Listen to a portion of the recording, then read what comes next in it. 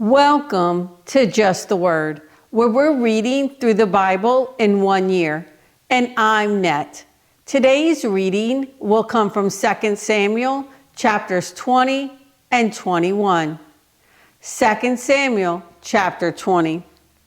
Now a troublemaker named Sheba, son of Bichri, a Benjamite, happened to be there.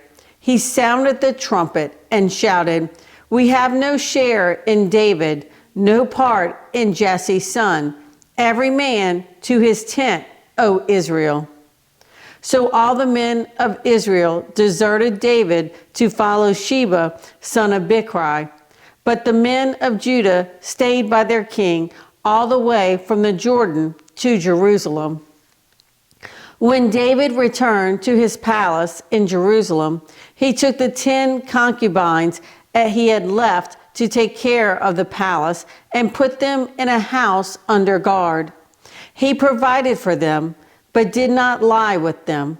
They were kept in confinement till the day of their death, living as widows. Then the king said to Amasa, "Summon the men of Judah to come to me within 3 days, and be here yourself."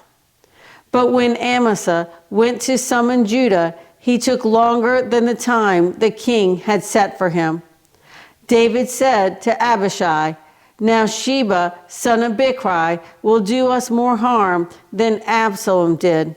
Take your master's men and pursue him, or he will find fortified cities and escape from us." So Joab's men and the Kerethites and Pelethites and all the mighty warriors went out under the command of Abishai. They marched out from Jerusalem to pursue Sheba, son of Bichri. While they were at the great rock in Gibeon, Amasa came to meet them.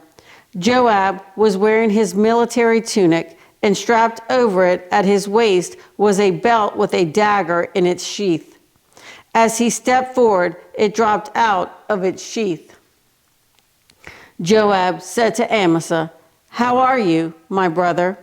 Then Joab took Amasa by the beard with his right hand to kiss him. Amasa was not on his guard against a dagger in Joab's hand. And Joab plunged it into his belly, and his intestines spilled out on the ground. Without being stabbed again, Amasa died. Then Joab and his brother Abishai pursued Sheba, son of Bichri. One of Joab's men stood beside Amasa and said, "Whoever favors Joab and whoever is for David, let him follow Joab." Amasa lay wallowing in his blood in the middle of the road, and the man saw that all the troops came to a halt there.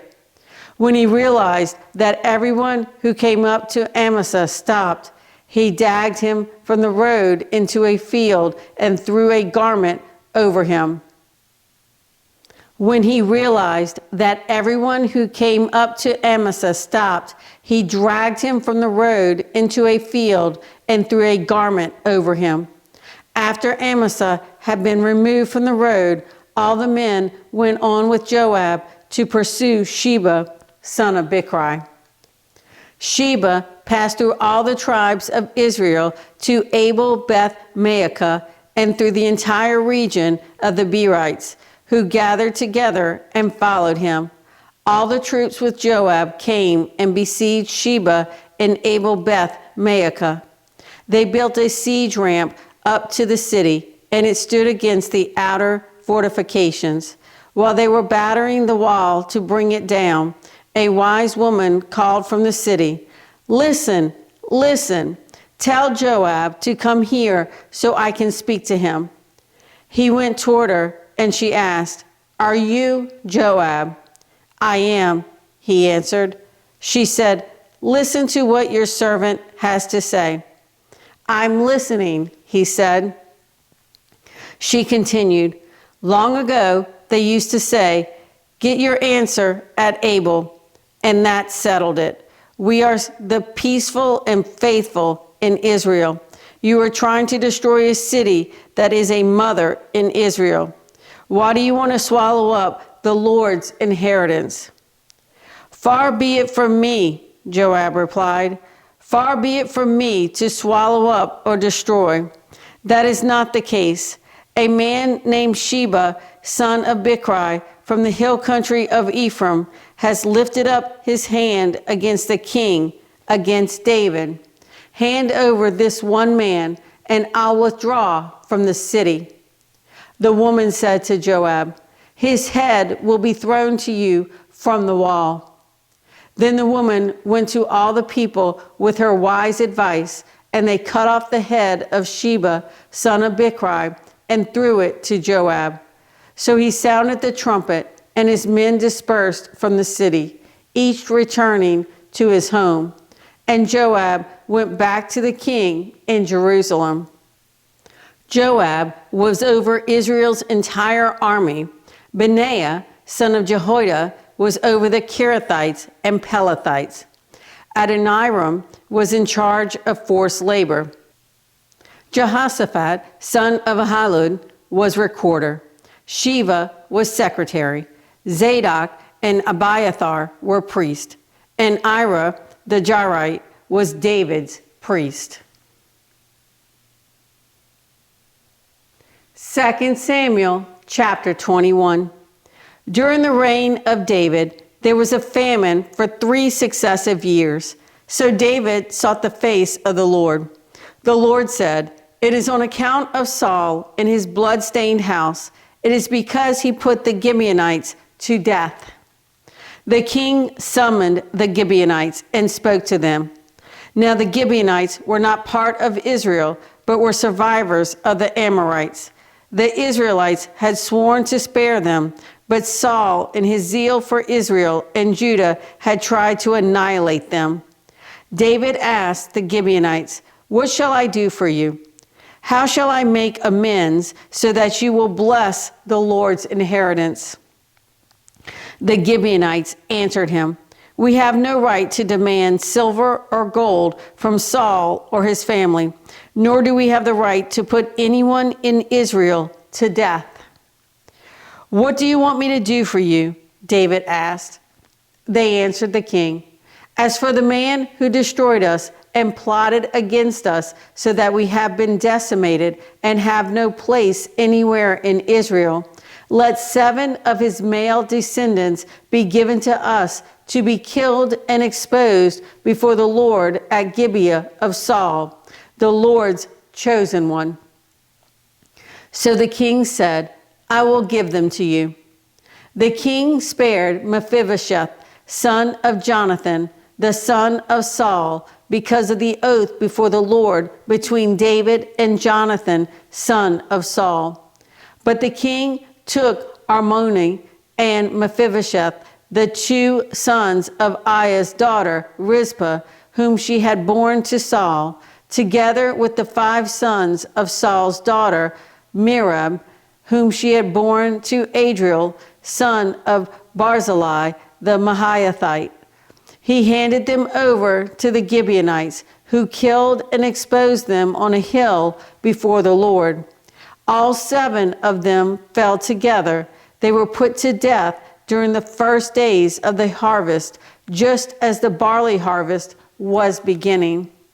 Rizpah, daughter of Aiah, took sackcloth and spread it out for herself on a rock. From the beginning of the harvest till the rain poured down from the heavens on the bodies, she did not let the birds of the air touch them by day, or the wild animals by night. When David was told what Aiah's daughter Rizpah, Saul's concubine, had done, he went and took the bones of Saul and his son Jonathan from the citizens of Jabesh Gilead. They had taken them secretly from the public square at Beth-shan, where the Philistines had hung them after they struck Saul down on Gilboa.